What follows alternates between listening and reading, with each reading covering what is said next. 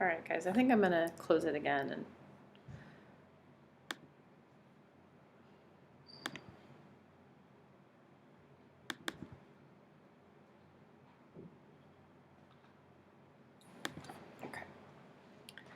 so in the last one, we were looking at roots of unity, which is how many different answers are there for x to the nth equals 1, which kind of works out nice and pretty for each one of those on the circle. These ones don't work out pretty. These ones were on the back side of the in-class activity we did the other day, and you guys were struggling a little bit more with how to break this up or how to make the answers work. So here's what we're going to do. We're going to make a quick little sketch here, and we're going to let this component right here be represented by blue. So 4 plus 4i is going to lie along this trajectory right here, and I'm going to write it in cis notation. So it's going to be a 45 because these are the same and we're in the first quadrant. 4 squared is 16, 32. That makes this 4 root 2 for the magnitude, and you can do that out longhand if you'd like to. So this is our end vector. Okay, this is not where we begin, it's where we need to end. So if I need to end at 45 degrees, and I have to take 2 iterations of my angle to get there, then that means I need to take 45 degrees and chunk it into 2 pieces. So my angle that when squared ends at 45 is half of 45. So my first answer has to be, we're going to write this one more. So let's do this. Instead of doing 4 root 2 as our answer, let's do root 32, or 32 to the 1/2 cis 45. These are my answers here. So the square root of the square root of 32 is the 4th root of 32.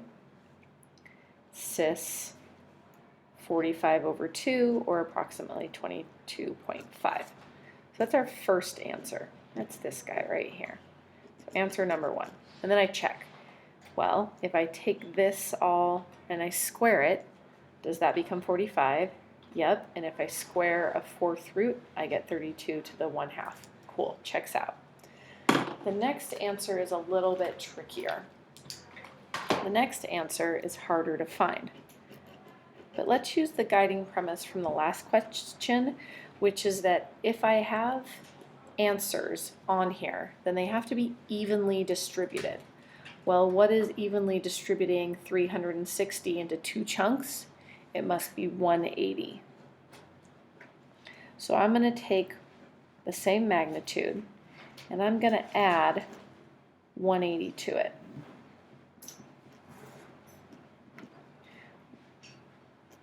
Which gives us 32 to the 1/4 cis 202.5, which is going to be right down here. Do they look evenly distributed? Sure. Okay, let's do one more just to kind of note where they're going to be. I'm not going to finish this one. I want you to do this one as a finish. So my magnitude is going to be square root 128 cis, my x is negative, my y is positive, and it's one of those 45-degree triangles. 135 equals x cubed. So let's put a sketch on there and put a little note where our end needs to be. We need to be ending here-ish, which is 135. So find the first answer. The first answer is going to be, this can also be written as 1/2. 1/3 of 1/2 is 1/6, 128 to the 1/6. And then it's going to be cis 135 over 3. Let's be like here-ish. Once you know where that is, you can then say 360 in 3 chunks is 120.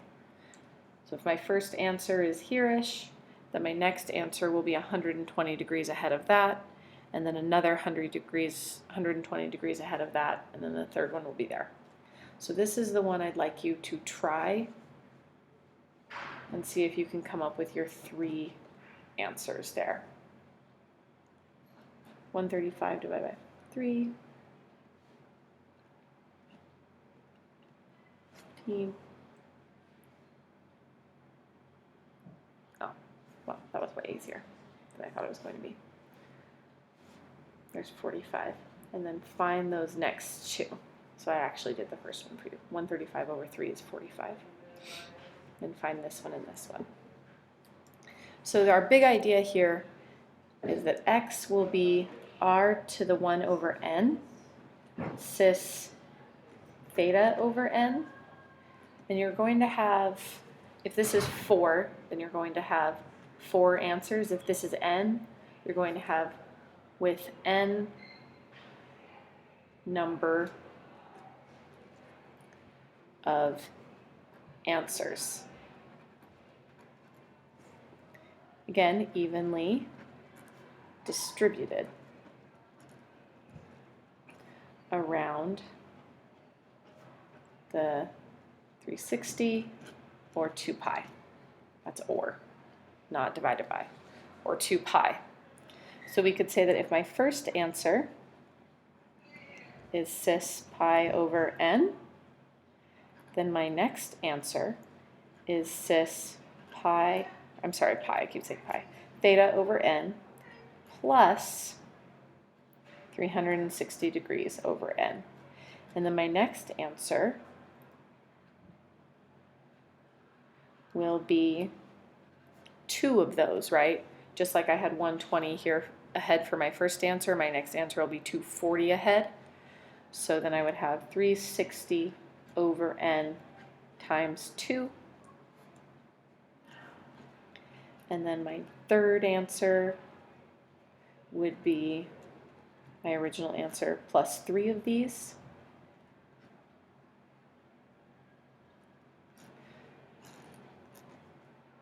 Up to the n minus 1 answer. Okay, so I have my first answer, second answer, third answer, fourth answer. So if this right here were for n equals 4, then I would have 1, 2, 3, 4 answers. So this number right here will go up to n minus 1. Next video is going to go over the Euler notation. I'd like you to write a little clarify question for yourself here, maybe on a sticky note, and bring it to class so that we can review this as a group tomorrow. So what is your clarifying question? What exactly do you understand? What do you not understand? And how does it apply to taking nth roots?